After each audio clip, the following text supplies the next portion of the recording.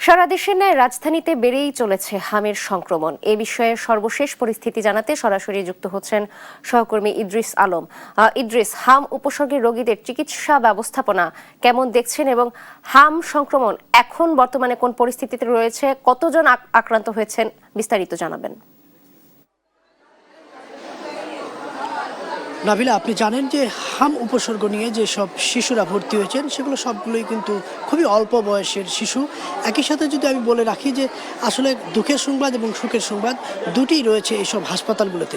যেমনটি আমি বলছিলাম যে সুখের সংবাদ বলতে অনেকে বিভিন্ন জেলা থেকে এসেছেন, আমরা যেগুলোর সাথে কথা বলেছি সবাই বিভিন্ন জেলা থেকে এসেছেন এবং তারা বলছেন যে 7 দিন 5 দিন 6 দিন চিকিৎসা শেষে কিন্তু তারা ভালো চিকিৎসা পেয়ে এবং বিভিন্ন জেলায় চলে যাচ্ছেন, অর্থাৎ চিকিৎসা শেষ করে তারা যাচ্ছে। আবার প্রতিদিনই কিন্তু ভর্তি হচ্ছেন এবং রোগীর সংখ্যাও কিন্তু কম নয়। একই সাথে যদি জানিয়ে রাখি এসব শিশুদের সংখ্যা কিন্তু আসলে যেহেতু শিশু, এই স্বজন বলতে বাবা মাই কিন্তু এসেছেন। বাবা মাদের যে আর্তনাদ, আদরের সন্তানের যে অসুস্থতা নিয়ে যে তাদের যে আর্তনাদ বা তাদের যে কষ্টের কথা আমরা অনেকের সঙ্গে শুনেছি। আমরা একটু সরাসরি কথা বলার চেষ্টা করব একজনের সঙ্গে যে আসলে তিনি কিভাবে জানতে পারলেন এবং জানার পরে তার কি অনুভূতিটা ছিল এবং সন্তানের যে কষ্টটা কিভাবে দেখেছিলেন। বিসমিল্লাহির রহমানির রহিম। আমার ছেলেটার প্রথমে আপনার জ্বর ছিল 3 দিন যাবৎ।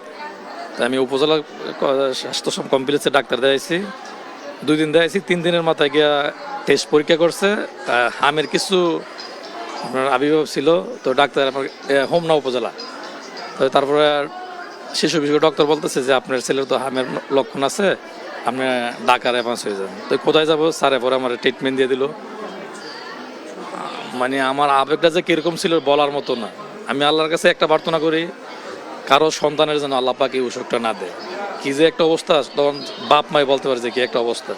এই জন্য বলতেছি যে আল্লাহ যে কারো এই অসুখটা না দেয়। তারপর ঢাকা রেফারেন্স দিল। যেমনটি শুনছি, আমরা আরেকজনের সঙ্গে একটু কথা বলবো, তিনিও কিন্তু আরেকটি জেলা থেকে এসেছেন। আমরা একটু তার সঙ্গে কথা বলবো যে সব শেষ তিনি আপনি এখন কেমন আছেন এবং কতটুকু হাসপাতাল ঘুরে আপনারা এখানে?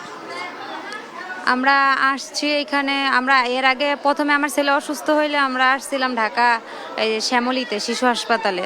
ওইখান থেকে বলছে যে ওর হাম নিউমোনিয়া হয়েছে, এর আগে আমরা দেখি নাই। পরে ওনারা ভর্তি নেয় নাই, বলছে যে এখানে বেড নেই, হবে না, অন্য কোথাও যান। পরে আমরা গেছি কুর্মিটোলা ভর্তি নিছে, যখন বেডে দিতে বলছে তখন বলে যে বেড নাই, দেওয়া যাবে না। এইখানে মাশাআল্লাহ আলহামদুলিল্লাহ এখানে আমরা অনেক ভালো চিকিৎসা পাইছি, কারণ আমার ছেলের যে অবস্থায় যেমনটি শুনছিলেন এইসব রোগীরা বিভিন্ন জেলা থেকে এসেছেন এবং সন্তানদের নিয়ে খুবই আতঙ্কিত রয়েছেন তারা। আমরা তাদের সঙ্গে কথা বলেছি এবং তারা জানিয়েছেন যে এই যে সন্তানদের নিয়ে যে কষ্টটা তাদের, তারা কিন্তু বিভিন্ন জেলা থেকে এসে ঢাকা শহরে একদমই নতুন এবং এই হাসপাতালেই তারা থাকতে হচ্ছে। নাভিলা, এই ছিল সর্বশেষ তথ্য।